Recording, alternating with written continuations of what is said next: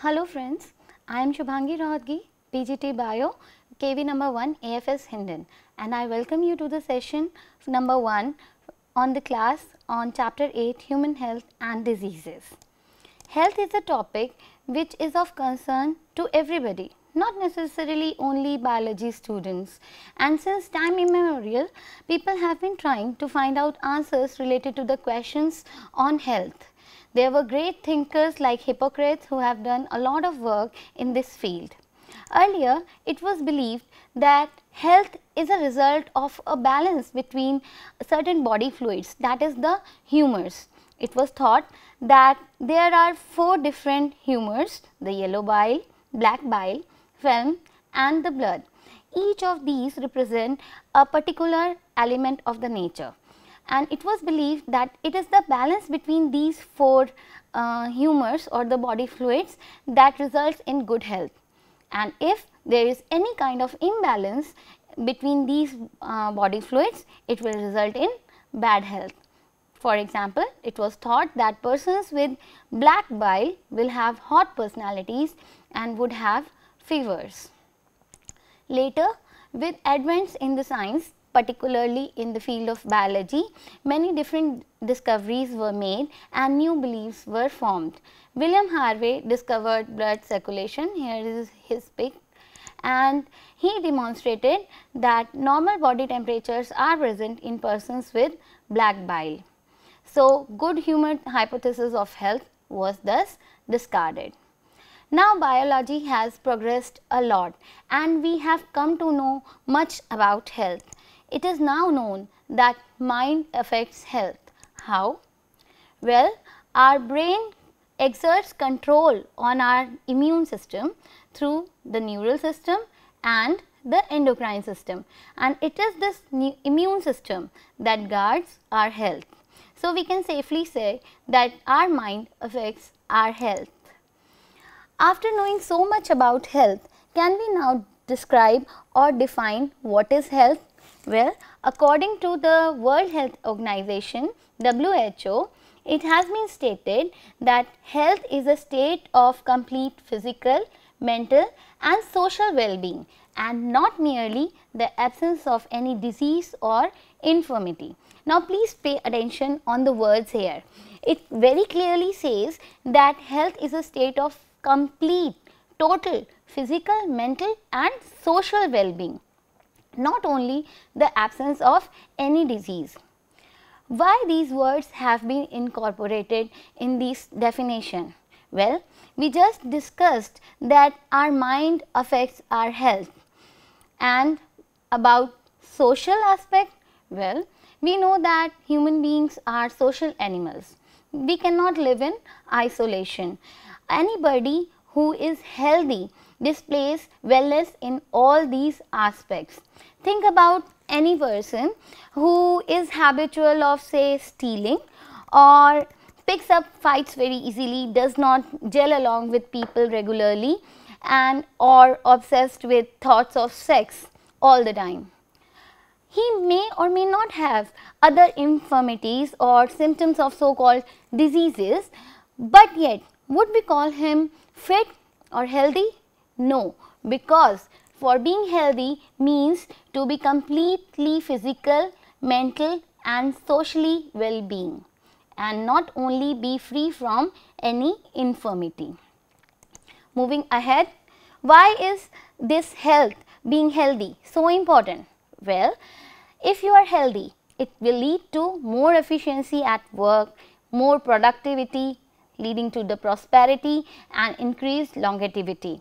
It also leads to reduction in infant and maternal mortality. For any government, development of a healthy society is very important, and all the governments have the health and development of healthy society in their topmost priority agendas, because a healthy nation only can be a happy and prosperous nation. Now that we know that what is the importance of being healthy, let us discuss the factors that affect the health. You must have some idea about the factors that affect health. Let us discuss them and try to enumerate them. The first and foremost factor that comes to mind is our lifestyle. When we talk about lifestyle, we include the food and water that we consume, exercise that we do or don't do, and our habits. Habits like washing hands before taking food, not washing them, sleeping in late regularly, or having a love for junk food. All these habits are going to affect our health. The second factor that affects our health is the infections. Infections impair our health very badly. And thirdly, our genetic composition. Our genetic makeup decides whether or not we are going to fall sick easily, whether we are susceptible or more resistant towards different kinds of genes, whether we can escape the infection quickly or not. This all is determined by our genetic composition. Now, have a look at the factors that affect health, let us see how can we achieve good health. Obviously, if we know the factors, we can try to control the factors to achieve the good health. Let us begin with the lifestyle. In lifestyle, we studied about the food and the water we consume. So, obviously, if we take balanced diet, if we take clean drinking water in adequate amounts, we can pave way for a good health. Similarly, doing regular physical exercises, aerobic exercises or yoga can impart good health. And talking about the habits of maintaining proper personal and social hygiene, and also having proper awareness about the diseases and the ways to prevent it can cause a lot of difference and help us to achieve good health. Talking about infections, how can we control the infections? How can we prevent them? Well, the first and foremost thing is to maintain good personal and social hygiene. And the second thing is to have proper vaccination. Vaccination does a lot to prevent many different diseases. Then we should also ensure that we dispose of our waste properly and control the growth of vectors which spread the infectious pathogens. Government has been undertaking many programs and many schemes are being run in order to prevent infection amongst us, like Pulse Polio program, Nirmal Bharat, Swachh Bharat Abhiyan. All these schemes are aimed to increase awareness and lead towards a healthy society. But the most important thing that we can do is to maintain proper personal and social hygiene to stay away from infections. The last factor that we studied was genetic composition. Well, there are genetic disorders which may affect a person, and if there is knowledge about these disorders, they can be treated in the embryonic stages. They can be checked during the embryonic stages through different therapies like gene therapy. Now, having decided what is health, how health is important for us, let us try to define disease. What is a disease? Well, a disease can be defined as any condition that impairs the normal functioning of the body. It may affect one or many organs or systems of the body, and a disease is always characterized by various signs and symptoms. Let us discuss the types of diseases. Diseases can be broadly classified as infectious or non-infectious. Infectious, as the name suggests, are those diseases which can be transmitted from one person to another, while the non-infectious diseases are those which cannot be transmitted.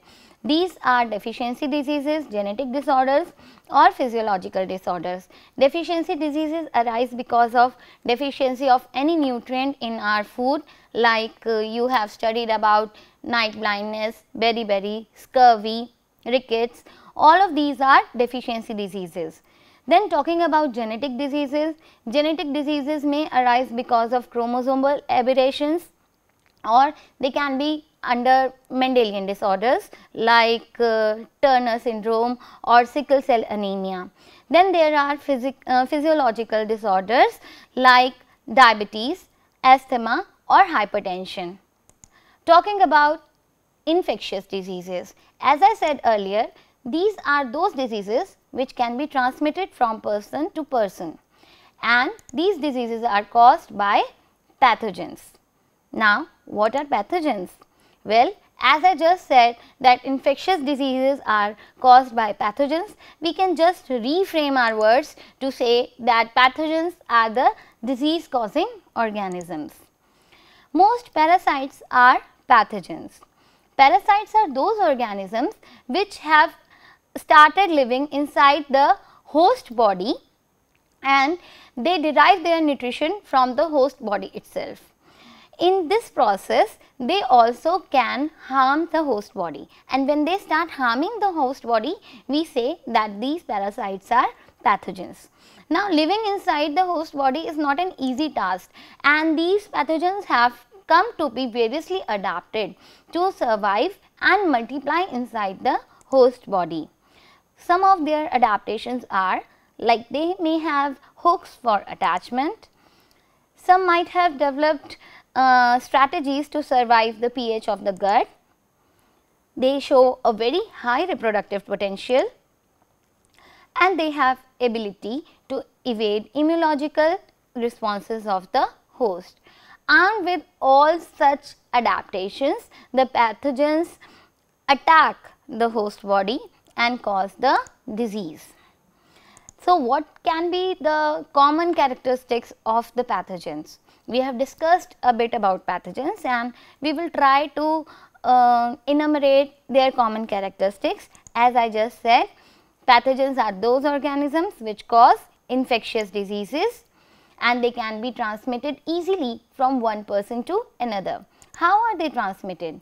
This transmission can be through air, water, food, direct or indirect contact, or through vectors.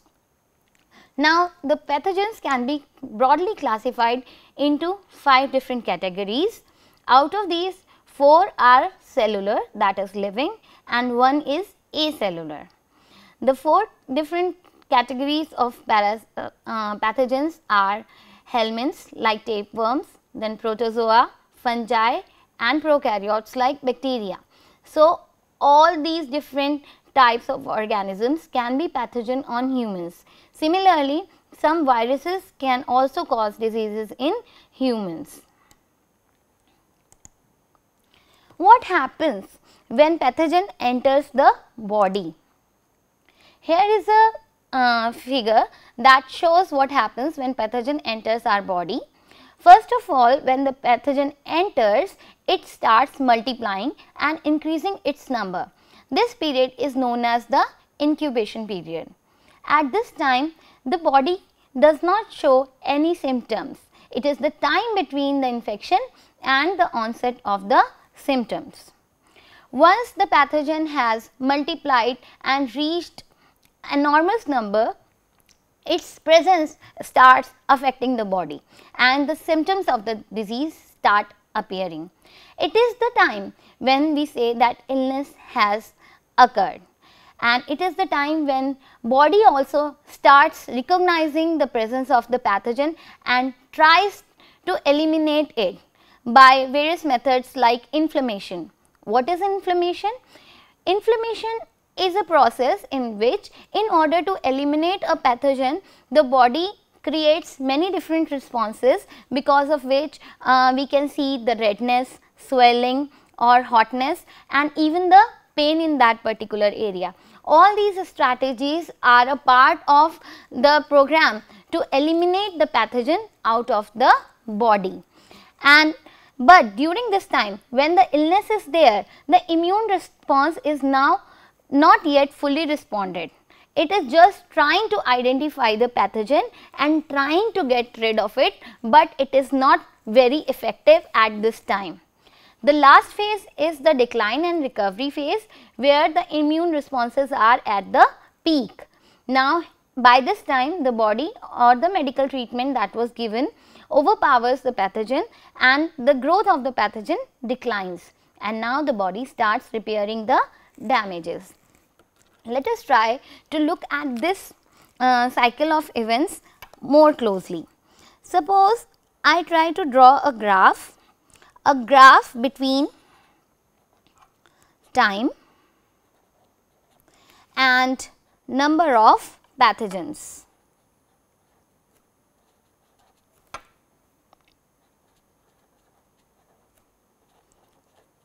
When a pathogen gains entry in the body, its numbers are very low, and initially it takes time to grow in number and multiply. During this time, the body has not yet sensed the presence of the pathogen is multiplying freely in the body and the symptoms have not yet appeared. This phase is known as the incubation phase. That was the first phase we talked about. Now, as the number of pathogen keeps on increasing in our body starts showing the symptoms of the disease. The immune responses start somewhere here when the illness has onset, the illness has set in the body and the immune system starts. As the number of pathogen is increasing, the immune responses are also increasing. There comes a time when the pathogen number reaches a peak. By this time, the immune responses have also started and now the number of pathogen starts to decline. Why? Because our immune system is overpowering the growth of the pathogens now. If we try to draw the response of immune system on the same graph, we can show that when the immune response reaches the peak, the pathogen reaches its least level. So, this graph shows the incubation period, the period of illness and the period of decline and recovery. Okay. Moving ahead,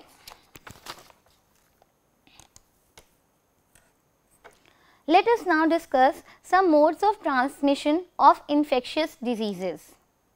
This is a picture given in one of the older NCERT books and it shows the various routes by which the infectious diseases can be transmitted from an infected person to a healthy person.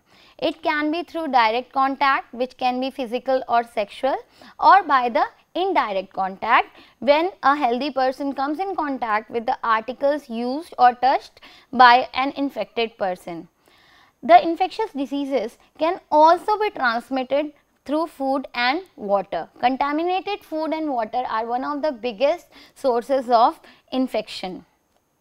Then there are some airborne microbes which are present in the droplets exhaled by the infectious person, and when this air is taken in or inhaled by the healthy person, he or she gets sick. Some infectious agents are also transmitted by various carriers like houseflies or vectors like mosquitoes. So, these are the different routes by which infectious diseases are transmitted: by direct contact, by indirect contact, by food and water, by air, or by carriers and vectors. Having said so, we have till now discussed general aspects of being healthy and disease. We have tried to define the disease and the pathogens as well. We have seen some general characteristics of pathogens, the modes of their transmission, and also tried to study a few ways by which we can prevent the onset of infectious diseases. Now, let us study some common diseases in humans. Now, there are some infectious diseases which affect a large part of population in India, and these diseases have been included in your book. But the problem with such detailed study on diseases is that it becomes a bit tough to memorize all the names and terms given under different headings. There are about 7 or 8 diseases that has been discussed in your book, and in order to make their study easy, we will try to categorize these diseases into 5 main categories. So, the diseases that you are going to study can be categorized according to the pathogen that causes these diseases. So, these diseases can be caused by bacteria or by virus. Some diseases can be caused by protozoa or helminths,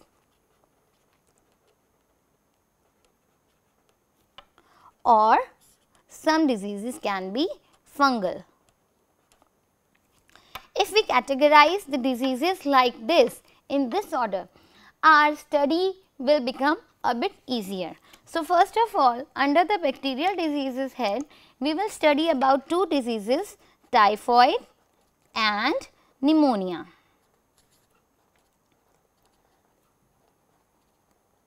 See, when you develop a habit of tabulating things like that or making flow charts while studying and making your notes, you will find that remembering things and grasping things becomes easier for you in this manner. So, let us study about typhoid. Typhoid is a very dangerous disease and it is caused by the bacteria Salmonella typhi, which is transmitted through contaminated food and water. Now, this disease is very difficult to be fought off by the immune system because this bacteria Salmonella typhi can live inside the host cells. So, the immune system gets puzzled how to kill its own cells. The diagnosis is through the viral test. The viral test is a antigen antibody relation linking test, and it finds out the antibodies present in the blood. The symptoms are onset after 6 to 30 days of exposure, that is, this much is the incubation period of this bacteria inside the body.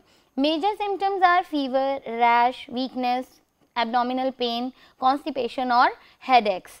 Now, in serious untreated cases, even the bowel can become perforated, and if left untreated, this disease can be fatal also. When we talk about typhoid, a classic case of typhoid Mary also comes to mention. She was Mary Mallon and she was the first asymptomatic carrier of typhoid fever. What is the meaning of asymptomatic carrier? That means the bacteria Salmonella typhi was present inside her body, but since her immune system was so developed that the bacteria kept at such levels that she never actually had the symptoms of the typhoid fever. So, she never actually knew that she is carrying the bacteria of typhoid fever in her body, and she was a cook. So, she whenever she worked as cook, people got affected and infected by typhoid. She was presumed to have infected about 51 people over the course of her career as cook. Eventually, she was confined so that other people can be prevented from getting the disease by coming in contact with her contaminated food preparations. The next disease that we are going to study is pneumonia. Now, pneumonia is a term which is given to the inflammation of alveoli of the lungs, and following this inflammation, the alveoli get filled with the water or fluids. Now, do you know what are alveoli? Alveoli are small balloon shaped structures present inside the skin, lungs. They have very thin walls. Why? Because they serve for the exchange of gases between the lungs and the blood capillaries. Now, they have very thin walls and their function is exchange of gases through diffusion. What would happen if these alveoli get filled with some fluid? What will happen? Well, obviously, their capacity to exchange the gases will dramatically be reduced. This is what that happens in the pneumonia. Now, pneumonia is a disease that can be caused by n number of factors. It can be caused by bacteria, fungi and even viruses. But for our course of study, we will talk about the pneumonia caused by bacteria, Haemophilus influenzae or Streptococcus pneumoniae. I will once again repeat that there are many different pathogens that can cause pneumonia, but here we are talking about Haemophilus influenzae and Streptococcus pneumoniae. As I said that they lead to inflammation of the alveoli and they get filled with the fluid.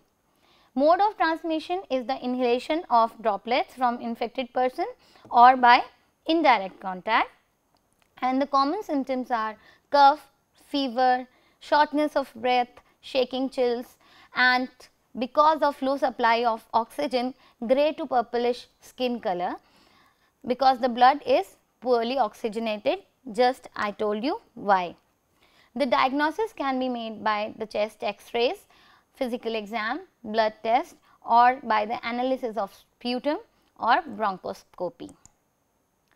Now, there are many diseases which can be caused by the bacteria in the humans. Here you can see a list of different diseases. Some of these diseases were lethal in the past, some are still lethal, some can be controlled while others can't, some can be transmitted through sexual intercourse, some can be controlled by vaccination while others are treated by antibiotics. Talking about antibiotics, do you know what are antibiotics? You must all have undergone this experience or might have heard that somebody got ill or sick and the doctor prescribed a few antibiotics and told them to take these antibiotics for a particular given course of time, and these antibiotics get rid of the ailment. So, if you have such experience, you can very well easily say that antibiotics are those chemicals which can kill certain microbes which cause diseases in us. So, let us try to define antibiotics. They are the antimicrobial drugs used in treatment and prevention of bacterial infections. They may either kill or inhibit the growth of the bacteria. You know how antibiotics were discovered? Alexander Fleming was working in his laboratory and he saw that in the cultures where penicillium was growing, the bacteria could not grow. So, he observed that something must be there which is being produced by the penicillium fungi and it is not allowing the other bacteria to grow. Later on, it was these substances that were not allowing the bacteria to grow were identified as antibiotics, and antibiotics have revolutionized the way we treat different diseases. Along with vaccination and antibiotics, now we can control many different diseases which were not under control in the past. But one thing to remember is that antibiotics are not effective against viruses. We cannot use antibiotics to kill viruses. Do you know why? Well, I just told you that antibiotics kill or inhibit the growth of bacteria. How? They may tear their cell wall or digest them and impair their machinery for reproduction. But viruses, they use our cellular machinery for their reproduction, for their protein synthesis. So, how can antibiotics kill the viruses? They are not at all effective against viruses. There is a question on the effectiveness and the proper use of antibiotics. It is being thought whether antibiotics are boon or bane. There are some side effects of using antibiotics, but most side effects are not very serious, though rarely some may cause allergies, severe allergies. The problem with the antibiotics is that they can kill off the normal defense bacteria of our body. In different parts of our body, a lot of different microbes and bacteria are living, and they are living in symbiotic associations. They help us in many ways. For example, the gut bacteria that is present in the gut, it produces vitamin B12 also. Now, these bacteria are beneficial for us because they also do not allow other pathogens to come and live inside our body. Why? Because they offer severe competition. Think about a metro coach or a bus fully occupied by the people. Will other people be able to enter that bus or the coach? No, because it is already overpopulated by the people inside the coach. Similar situation happens that there are normal symbiotic bacteria growing inside our body, inside our gut, and they do not allow other invading pathogens to come and grow inside our body.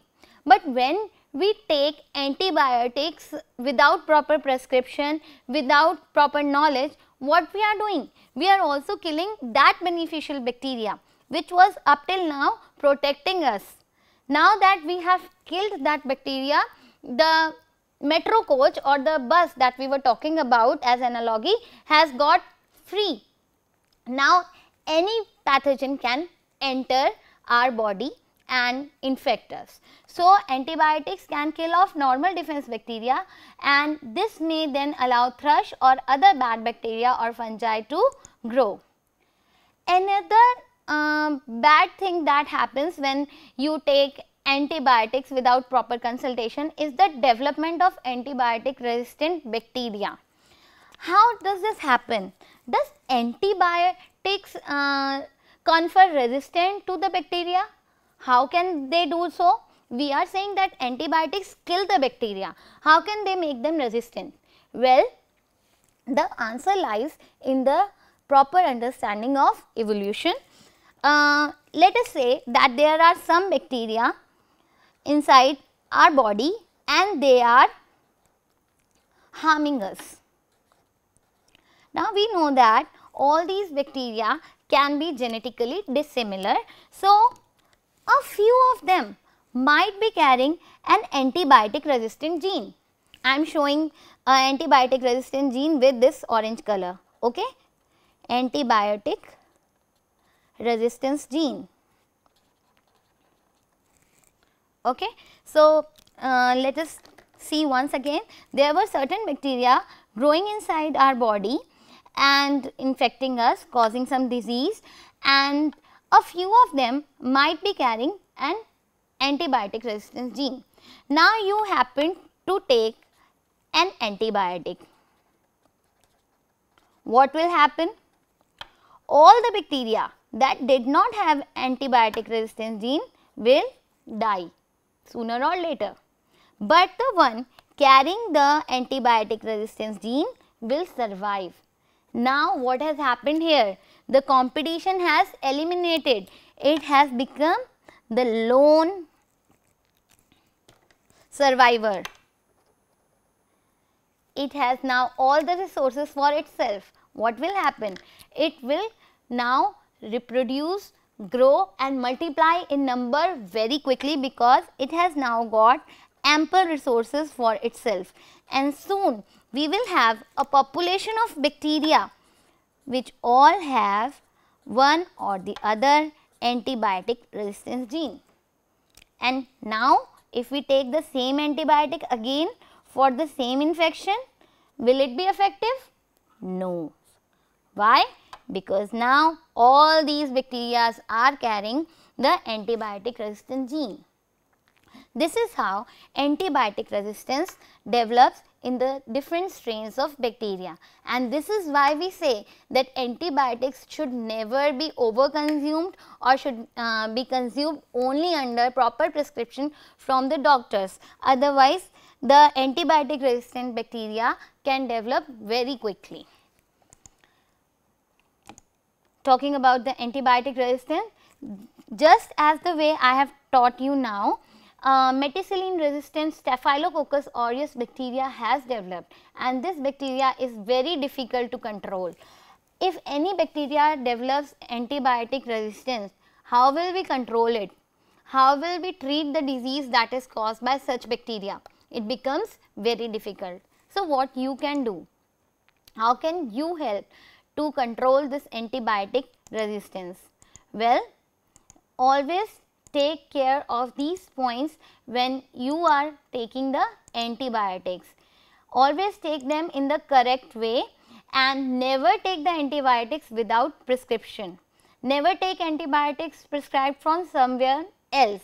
Why? Because the bacteria affecting you and the bacteria that was affecting the other person might be different. So, never exchange the antibiotics or never take the antibiotics without any prescription. Also, never skip doses and always take the entire course of antibiotics as directed by your doctor. Now, what may happen?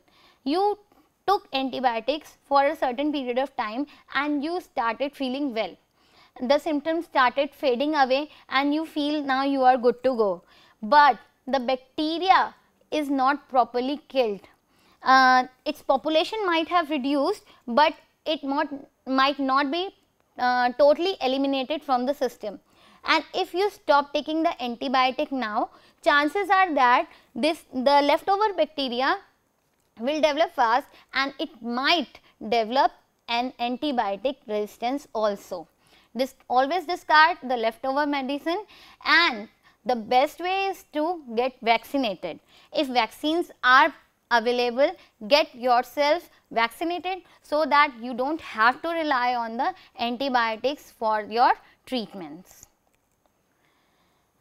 And last but not the least, never take an antibiotic for a viral infection, because the viruses cannot be killed by the antibiotic, and the antibiotic which will enter your body when you have taken it for a viral infection, what will it do?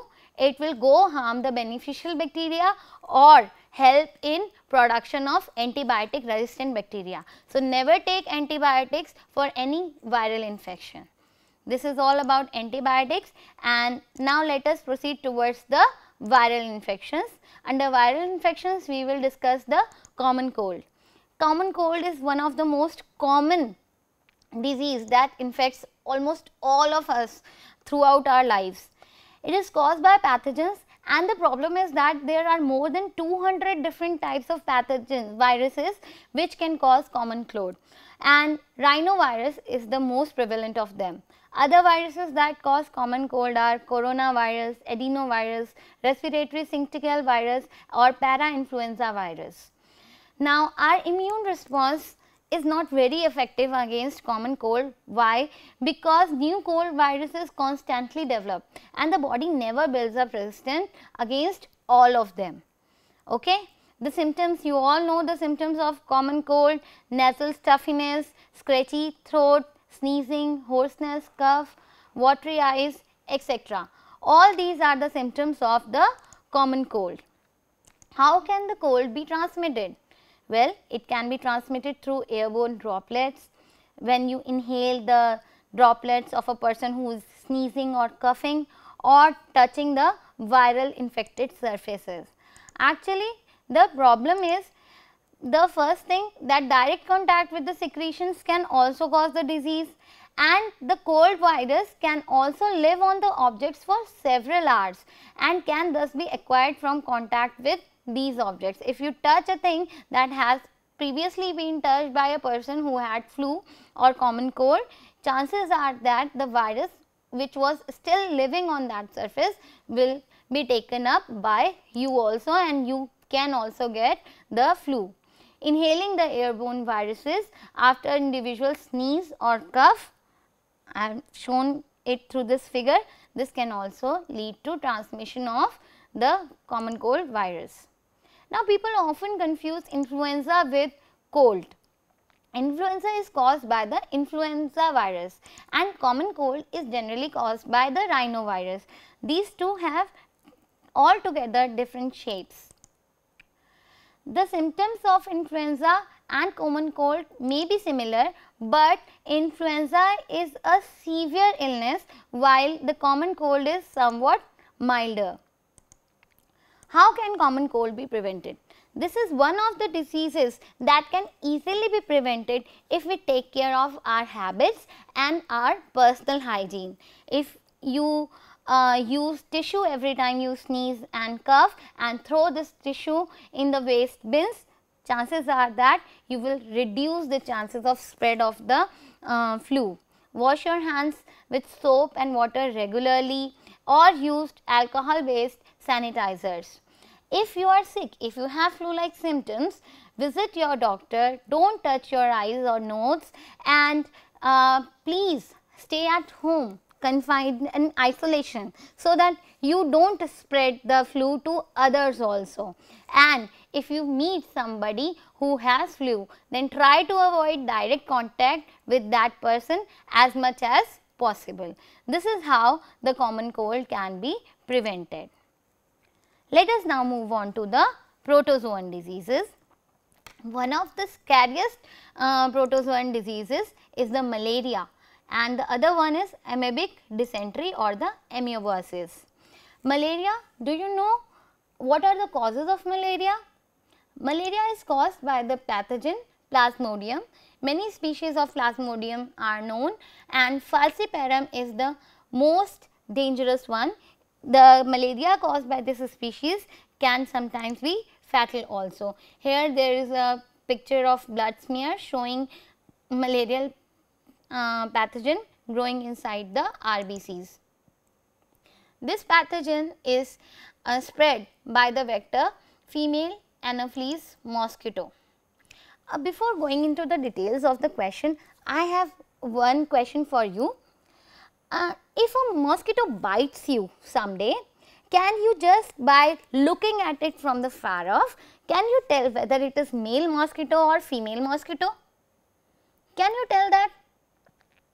Will you be able to answer just by having one simple look at the morphology of that particular mosquito? Can you tell whether it is male mosquito or female? Well, yes, you can, because mostly you are bitten by the female mosquitoes, which require the human blood meal for the development of their eggs. The male mosquitoes take food from the plant sap generally. So, talking about the Anopheles mosquito, 30 to 40 species of Anopheles mosquito can transmit Plasmodium. The female lays about 30 to 150 eggs every 2-3 days, and the human blood is needed to nourish these eggs only. Now, the particular feature of this mosquito is that they start biting by late evening, and the peak of the biting activity is at midnight and early hours of the morning. Why is this information important? Because if you know these patterns, you can avoid being bitten by this mosquito. Let us now discuss the life cycle of the Plasmodium. The Plasmodium requires 2 hosts for completing its life cycle. Let us begin with the infectious form, the sporozoid. The sporozoids are present inside the mosquito. This diagram has been taken from your NCERT books. You can see this diagram there also. So, when the mosquito bites a healthy person, the sporozoids enter his blood through the bite of the mosquito, and then these sporozoids reach the liver. Here they reproduce inside the liver and grow in number, and finally they come out and attack our RBCs. Now they grow and multiply inside RBCs also, and when they burst open, they release a toxin known as hemozoin. This hemozoin toxin is responsible for production of chills and fevers that are characteristic symptoms of the malaria.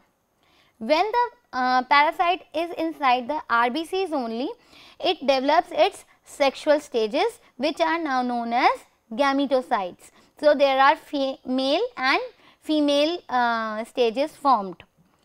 They travel inside the blood in these forms only. Now, if another mosquito happens to bite this person, what will happen?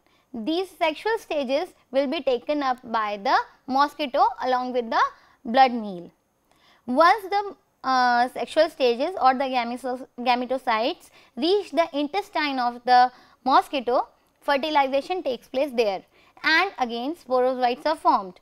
These sporozoites move to the salivary gland of the mosquito and stay there, so that whenever this mosquito bites another healthy person, these sporozoites can be transmitted through the bite into that healthy person.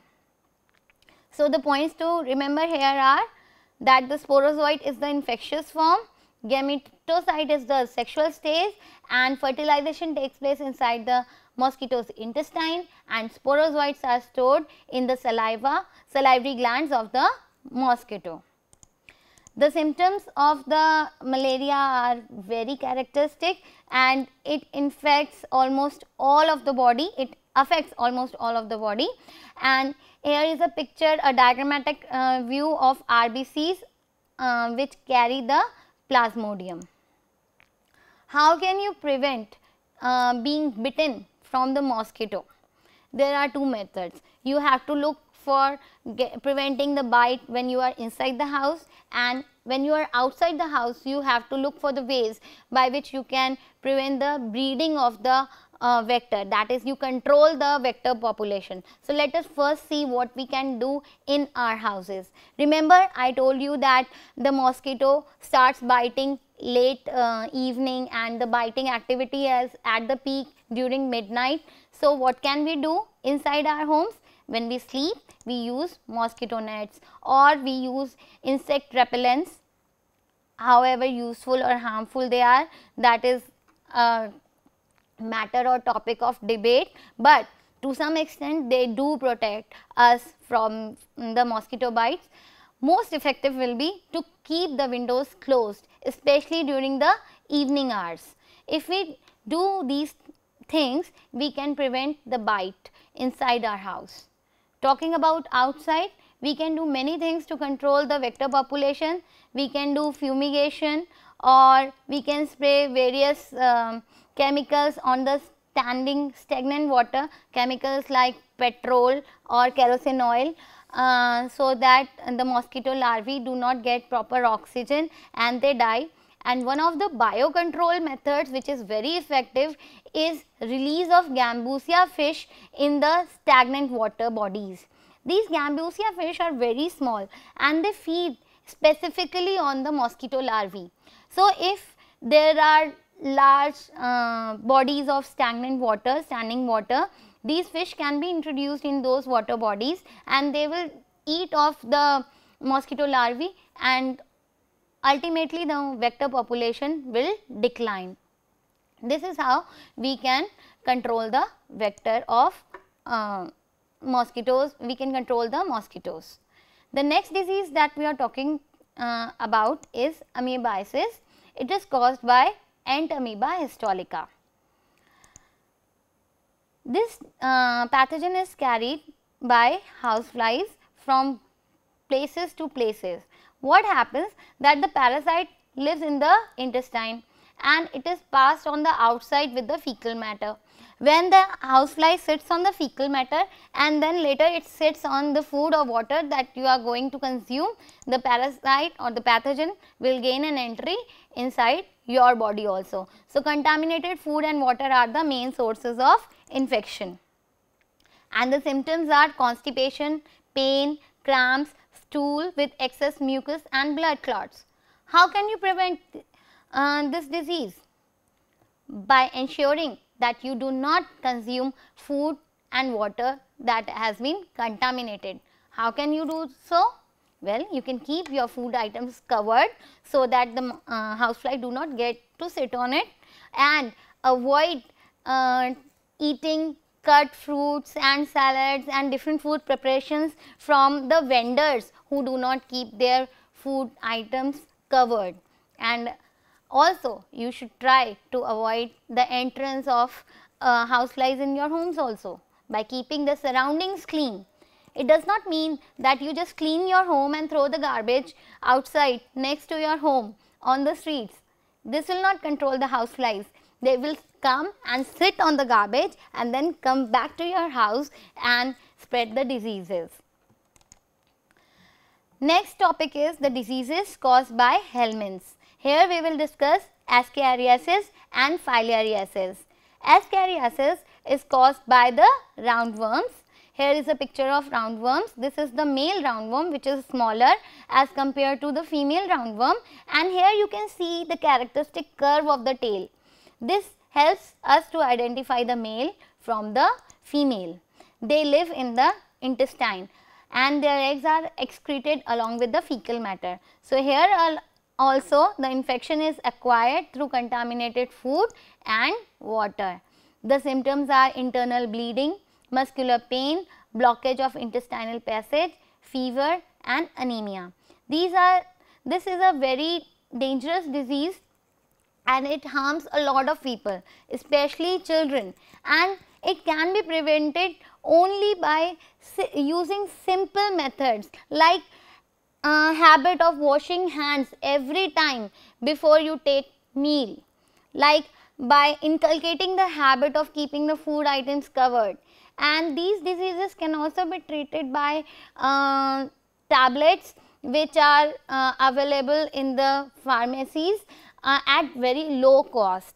The only thing required is proper awareness and inculcation of good habits which pertain to good personal hygiene and social hygiene as well.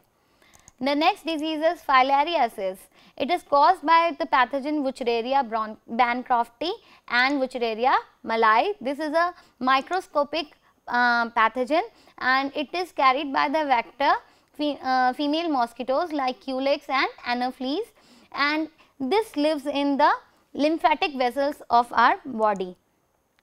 And the symptoms of this disease range from simple pain and discomfort to elephantiasis.